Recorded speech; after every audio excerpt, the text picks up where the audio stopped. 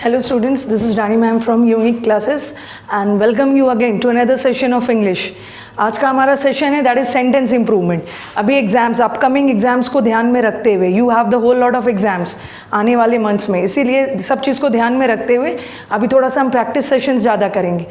ठीक है, पहले भी हमने सेंटेंस इम्प्रूवमेंट का काफ़ी सेशंस किया है. सेंटेंस इम्प्रूवमेंट जैसा कि मैं बताती हूँ, very beautiful topic, very beautiful in the sense यहाँ तो एरर भी, चलो ब्यूटीफुल है, एरर भी देखना है कहाँ पे एरर है और सही वाला ऑप्शन भी चुनना है. ठीक है, और ये इजी भी है, इजी भी है, एरर से भी ज़्यादा इजी है. चलो, without any waste of time let us move to the question. He is so handsome man that everybody turn around to look at him.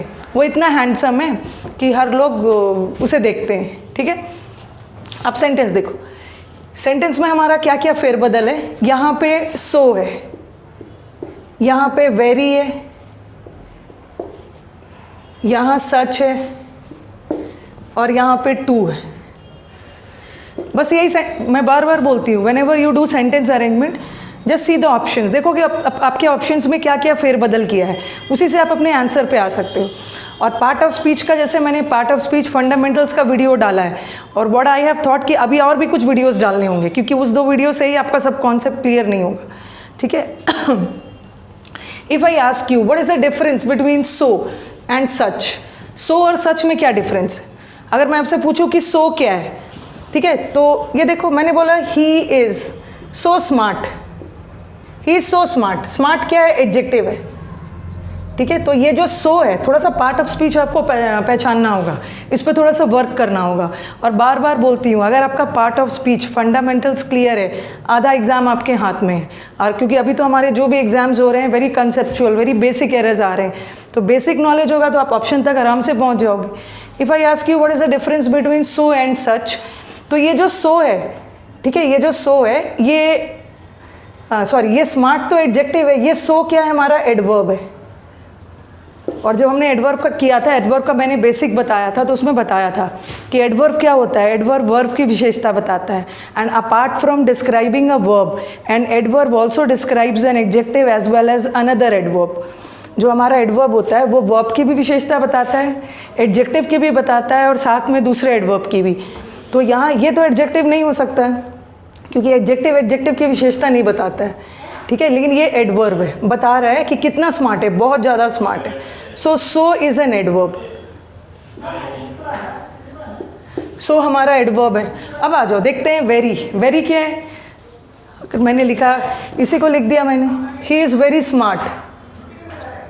He is very smart. यहाँ smart भी adjective है और ये very भी adverb है.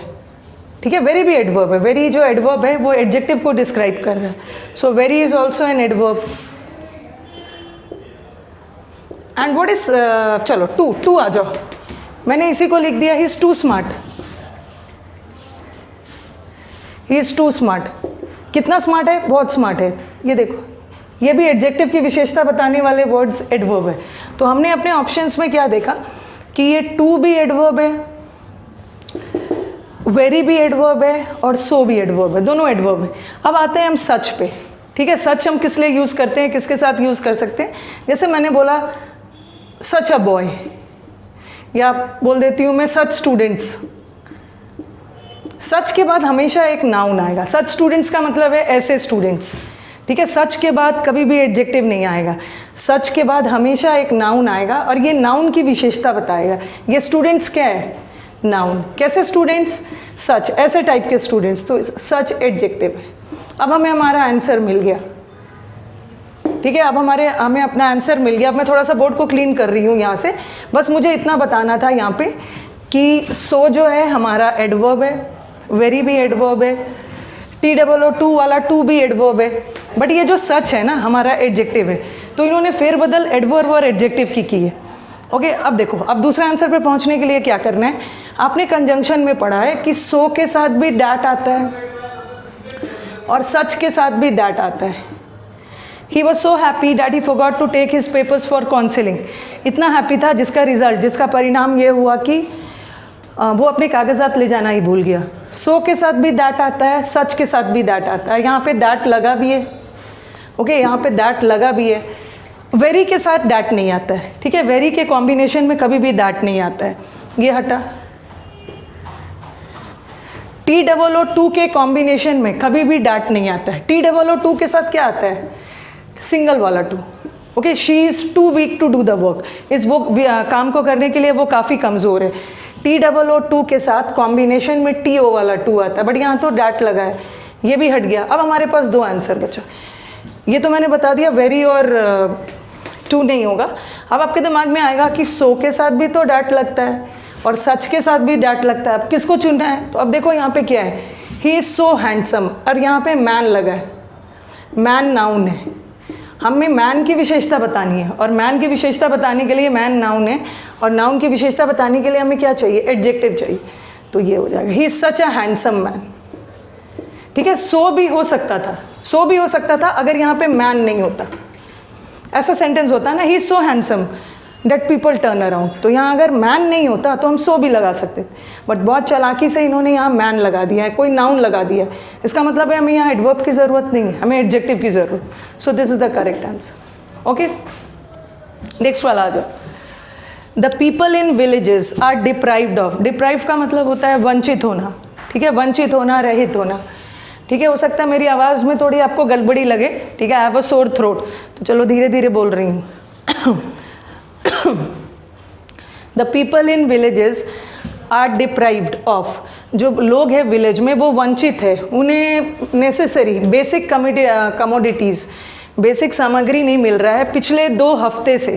ठीक है, पिछले 2 हफ्तों से उसे बेसिक खाने पीने की चीज़ें नहीं मिल रही, बेसिक सामग्री। Okay, they are not getting the essential commodities for the last 2 weeks. ठीक है, ऑफ। और सबसे पहले याद रखना डिप्राइव का मतलब होता है, यहाँ पे एक और चीज़ सीख सकते हो। अभी मैं थोड़ा बोर्ड रब कर रही हूँ।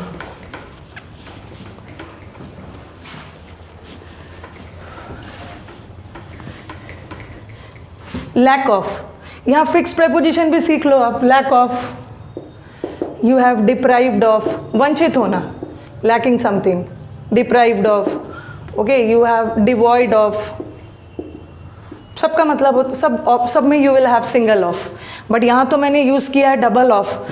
Deprive take single of, so this option is wrong, ये हमारा ऐसे ही रॉन्ग हो गया। और अब देखो ऑप्शंस, देखो अब अपने ऑप्शंस पे ध्यान देना। Here also single of, here also single of, और हियर ऑल्सो सिंगल ऑफ। चलो ऑफ के बेसिस पे we have eliminated 1 option, deprive के साथ डबल वाला नहीं होगा, सिंगल होगा। अब आप सेंटेंस पे ध्यान दो। सी, यहाँ पे है आर डिप्राइव्ड, ठीक है, यहाँ पे बीन डिप्राइव्ड, और यहाँ पे हैव बीन डिप्राइव्ड। ओके, अब देखो ये आर, बीइंग और बीइंग, हैव बीन, ये आपको क्या बताता है? ये किसका एरर बता रहा है? और ये देखो वर्ब का डिफरेंट फॉर्म्स है, different forms of the verbs have been used, और वर्ब से ही तो हम टेंस पता करते हैं। तो टेंस का एरर है यहाँ पे, आप टेंस पे ध्यान दोगे। यहाँ पे हमारा क्या जा रहा है? सिंपल प्रेजेंट, ठीक है, यहाँ पे हमारा कंटिन्यूअस जा रहा है, प्रेजेंट कंटिन्यूअस, पैसिव में जा रहा है प्रेजेंट कंटिन्यूअस, और यहाँ पे जा रहा है परफेक्ट, परफेक्ट टेंस में जा रहा है, ठीक है, पैसिव में जा रहा है, पैसिव परफेक्ट में जा रहा है, और यहाँ भी पैसिव में जा रहा है। ओके, अब हमें सेंटेंस देखना है। The people in the villages, और होपफुली स्टूडेंट्स को पता होगा कि हम प्रेजेंट परफेक्ट का यूज़ कब करते हैं। What is the difference between present perfect and past perfect? Past perfect का यूज़ कब करते हैं? पास्ट परफेक्ट का यूज़ हम कब करते हैं? जब काम पास्ट में ही शुरू हुआ और पास्ट में ही ख़त्म हो गया। जैसे कि मैंने आपको एक बार बताया भी था, जैसे मैंने एक टाइमलाइन आपको बना के बताया था। सपोज दिस इज़ प्रेजेंट, और दिस इज़ पास्ट, और दिस इज़ फ्यूचर। हम प्रेजेंट में बात करते हैं, प्रेजेंट में या तो पास्ट के बारे में बात करते हैं या तो फ्यूचर के बारे में। तो पास्ट परफेक्ट क्या होता है कि काम पास्ट में ही शुरू हुआ और पास्ट में ही ख़त्म हो गया, इसको हम प्रेजेंट परफेक्ट बोलते हैं, सॉरी पास्ट परफेक्ट बोलते हैं। What is past perfect? The activity which started in the past and it had it's completion in the past. Past में ही शुरू हुआ और पास्ट में ही ख़त्म हो गया। But what is present perfect? Present perfect means जो एक्टिविटी पास्ट में शुरू हुआ और उसका इफेक्ट प्रेजेंट तक है, यहाँ से लेके यहाँ तक, this is present perfect. Okay, past perfect past में ही शुरू हुआ, पास्ट में ही खत्म हुआ, उसका प्रभाव प्रेजेंट तक नहीं आया। बट प्रेजेंट परफेक्ट का मतलब क्या होता है? Present perfect means the activity past में शुरू हुआ और उसका इफेक्ट अभी तक। अब सेंटेंस देखो, the people in the villages, जो विलेजेस के लोग थे, the people living in the villages for the past 2 weeks, okay, for the past 2 weeks till now, पिछले 2 हफ्तों से अब तक ये वंचित है। इसका मतलब है वंचित ये 2 हफ्ते पहले से हैं और उसका प्रभाव अभी तक है, तो हम क्या का यूज़ करेंगे? परफेक्ट का, ये परफेक्ट हो जाएगा। ठीक है, ये कौन सा टेंस है? Continuous. The people in the villages are being deprived. अगर सेंटेंस यहाँ तक होता ना, अगर सेंटेंस यहाँ तक होता तो ये भी ऑप्शन हो सकता था, लोगों को वंचित किया जा रहा है, दे आर बीइंग डिप्राइव्ड, उन्हें नहीं मिल रहा है, कंटिन्यूअस में जा रहा है, पैसिव के कंटिन्यूअस में जा रहा है। बट यहाँ तो बता रहे हैं पिछले 2 week, for the last 2 weeks उन्हें खाना पीना नहीं मिल रहा है। लास्ट 2 वीक्स मतलब लास्ट 2 वीक से अब तक they are not getting food, means the action started in the past and it has its effect in the present also, तो उसको हम परफेक्ट में यूज़ करते हैं और ये परफेक्ट है हमारा। ओके, चलो अब थोड़ा क्लीन करती हूँ for the next sentence. All these are the errors of tense. Because of his mastery in this field, इस फील्ड में, इस क्षेत्र में अपने एक्सीलेंस की वजह से, मास्टरी, प्रोफिशिएंसी की वजह से, his suggestions are wide accepted. ये देखो sentence, see the sentence, this is wide, this is widely, again this is wide and again this is widely. What is the difference between wide and widely? जैसे मैं बोलूँ wide road, चौड़ी road, wide का मतलब होता है broad, okay, किसी के सजेशंस भी बहुत ब्रॉड होते हैं, कोई पर्सन भी ब्रॉड माइंडेड हो सकता है। Road is noun, what type of road? Broad road. So wide is an adjective, विशेषण है, रोड की विशेषता बता रहा है। ये एडजेक्टिव है, this is an widely, widely is an adverb, adjective है और ये adverb है। एक तो हमारा क्लू ये मिल गया और दूसरा क्या मिल गया? एक है accepted और एक है acceptance। ठीक है, ये जो acceptance है ये noun है। ठीक है, acceptance is a noun and what is accepted? Accepted verb भी हो सकता है, एडजेक्टिव भी हो सकता है। Okay, accepted adverb, sorry, accepted verb और एडजेक्टिव हो सकता है, क्योंकि मैंने आपको बताया है वर्ब में एक्सेप्टेड नो डाउट वर्ब है और कभी कभी वर्ब का थर्ड फॉर्म भी एडजेक्टिव का काम करता है in the form of past participle. तो ये हमारा एडजेक्टिव एडवर्ब दोनों, सॉरी, एडजेक्टिव और वर्ब दोनों हो सकता है, but acceptance is always noun. हाँ, अब मुझे देखो, तो अब देखो इसको, because of his mastery in this field his suggestions are dash accepted. ये हमारा एक्सेप्टेड क्या है? ये हमारा एक्सेप्टेड वर्ब है। ठीक है, एक्सेप्टेड वर्ब है और ये तो एडवर्ब है, ये एडजेक्टिव है और ये नाउन है। ये अगेन हैव वाइडली, ये एडवर्ब है और ये वर्ब है। ये वाइड है, ये वाइड एडजेक्टिव है और ये वर्ब है। क्वेश्चन तो वैसे ही गलत है। क्वेश्चन गलत क्यों है? क्योंकि वर्ब की विशेषता बताने के लिए कभी भी हम एडजेक्टिव का यूज नहीं करते। This is wrong. Okay, his suggestions. अब देखो, हाँ, अब आपके दिमाग में आ सकता है are widely accepted, are wide acceptance, have widely accepted. यहाँ देखो, अगर यहाँ से देखो, ये जो हैव लगा है ना, ये हैव लगा है किसके लिए लगा है? सजेशंस के लिए। तो ऐसा बोलोगे, his suggestions, his suggestions have widely accepted। ये जो have लगा है किसके लिए लगा है? suggestions के लिए। तो his suggestions have accepted, इसका मतलब है उसके suggestions ने accept किया है। उसके suggestion अपने आप को accept नहीं करेगा, suggestion किसी के द्वारा accept किया जाएगा। इसका मतलब है ये सेंटेंस को पैसिव जाना चाहिए। यस, और बहुत सारे बच्चों के दिमाग में है ना, ये सब अपने दिमाग से हटा देना है। बच्चों के दिमाग में बैठा हुआ है कि मैम जहाँ भी वर्ब का थर्ड फॉर्म आ गया वो सेंटेंस पैसिव है। ऐसा नहीं है। तो उनके दिमाग में आता है कि हैज़ के बाद थर्ड फॉर्म आ गया, सेंटेंस पैसिव हो गया। ऐसा बिल्कुल भी नहीं है। हैज़ के साथ थर्ड फॉर्म पैसिव होता है कब? जब हैज़ या हैव के बाद, हैज़, हैव, हैड के बाद बीन लग जाए, उसके बाद थर्ड फॉर्म आए, then sentence goes passive. Okay, has have had के बाद तुरंत थर्ड फॉर्म आए तो वो सेंटेंस पैसिव नहीं है। हैज़ हैव हैड के बाद बीन लग जाए, उसके बाद V3 आए तो सेंटेंस पैसिव। हिज, हाँ ये देखो, his suggestions have accepted. His suggestions have accepted का मतलब क्या है कि सजेशंस ने एक्सेप्ट किया है। सजेशंस खुद अपने आप को एक्सेप्ट नहीं करेगा, सजेशंस किसी के द्वारा एक्सेप्ट किया जाएगा, इसका मतलब है इसे पैसिव जाना चाहिए। अगर सेंटेंस ऐसा होता ना, his suggestions have been accepted, तो ये सही हो सकता था, बट यहाँ तो बीन नहीं लगा हुआ, ऐसे भी हटा, ये भी हट गया, नो इम्प्रूवमेंट भी हट। अब आओ, his suggestions are widely accepted और his suggestions are wide acceptance. His suggestions खुद एक्सेप्टेंस नहीं है, सजेशंस को किसी के द्वारा। यहाँ पे हमें नाउन की ज़रूरत नहीं है, यहाँ पे हमें किसकी ज़रूरत, वर्ब, क्योंकि उसके सजेशंस को किसी के द्वारा पैसिव में एक्सेप्ट किया जा रहा है। तो आंसर क्या हो जाएगा, एक्सेप्टेड, क्योंकि हमने पढ़ा है कि इज एम आर के बाद थर्ड फॉर्म आ गया, ठीक है, तो ये पैसिव जा रहा है। His suggestions are accepted, suggestions are accepted मतलब सजेशंस को एक्सेप्ट किया जा रहा है, ठीक है। चलो और एक सेंटेंस ले लेते हैं। चलो now let us move to the next sentence. Hopefully this is the fourth one, ठीक है, चौथा है, this is the fifth. The good fortune of being your student in my younger days has help me greatly in my life. ये बोल रहे हैं कि जब मेरा अपने यंगर डेज में, यंगर डेज मतलब अपने स्कूल डेज या यंगर डेज में मैं लकी था कि मैं आपका स्टूडेंट था और ये मुझे लाइफ में बहुत हेल्प किया है, ठीक है। आपका स्टूडेंट होना was very lucky for me. और ये स्टूडेंट कब था, ये स्टूडेंट था यंगर डेज में, टीचर का स्टूडेंट था, एंड हैज़ हेल्प मी, ये अब काफ़ी हद तक इसे हेल्प किया है अपने लाइफ में। अब सेंटेंस देखो, यहाँ पे क्या लगा है, ये भी टेंस का ही एरर है क्योंकि सारा ऑप्शंस टेंस बेस्ड ही है। यहाँ पे देखो बीइंग, हैविंग,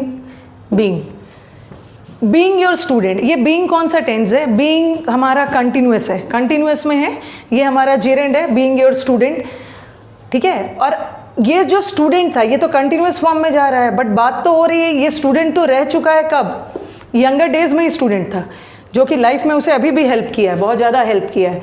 तो ऑफ बीइंग, पहले तो देख लो, ये जेरेंड है हमारा, ठीक है, और जेरेंड के पहले कोई भी प्रोनाउन आ जाता है, वो कौन सा केस होता है, ये आपने पढ़ा भी होगा।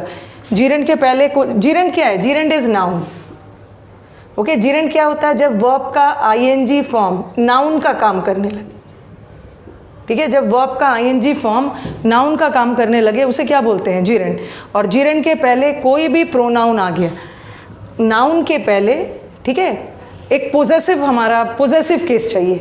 पोजेसिव केस में वो पोजेसिव एडजेक्टिव भी हो सकता है, ठीक है, पोजेसिव प्रोनाउन तो नहीं होगा क्योंकि नाउन के पहले प्रोनाउन तो आ नहीं सकता है, नाउन के पहले तो हमारा एडजेक्टिव आएगा, पोजेसिव आता है, ठीक है। तो ये तो ये देखो, my self, the good fortune of my self, my self तो हमारा रिफ्लेक्सिव है, ये हट गया।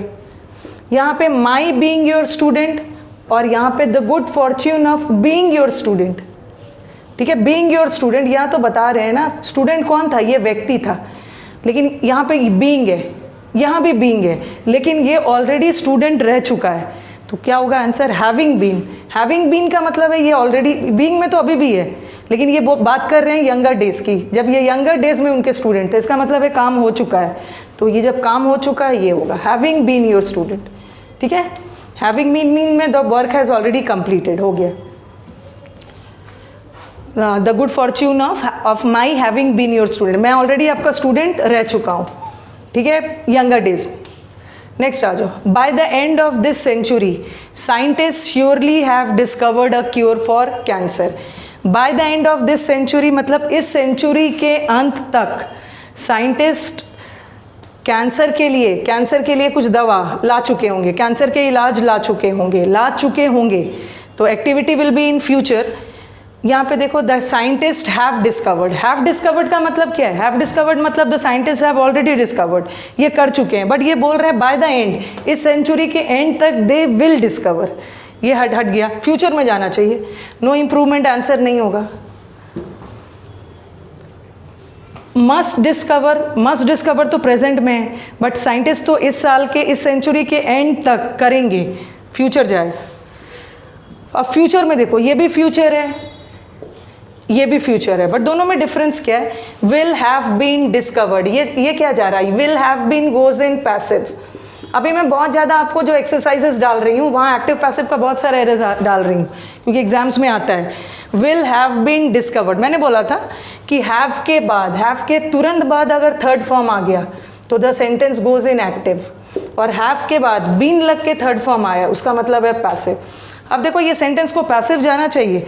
साइंटिस्ट, यहाँ पे साइंटिस्ट एक्टिव है, साइंटिस्ट खुद इस इलाज को डिस्कवर करेंगे, ठीक है? तो साइंटिस्ट यहाँ पे एक्टिव है, तो सेंटेंस को एक्टिव जाना चाहिए, और एक्टिव जाएगा तो ये will have discovered. Okay, so this was all about sentence improvement. चलो मिलते हैं नेक्स्ट सेशन में, और वीडियोस अच्छे लग रहे हैं तो do comment and give your suggestions दोगे तो टीचर को और भी एनकरेजमेंट मिलेगा। चलो अब मिलते हैं नेक्स्ट सेशन में। Thank you.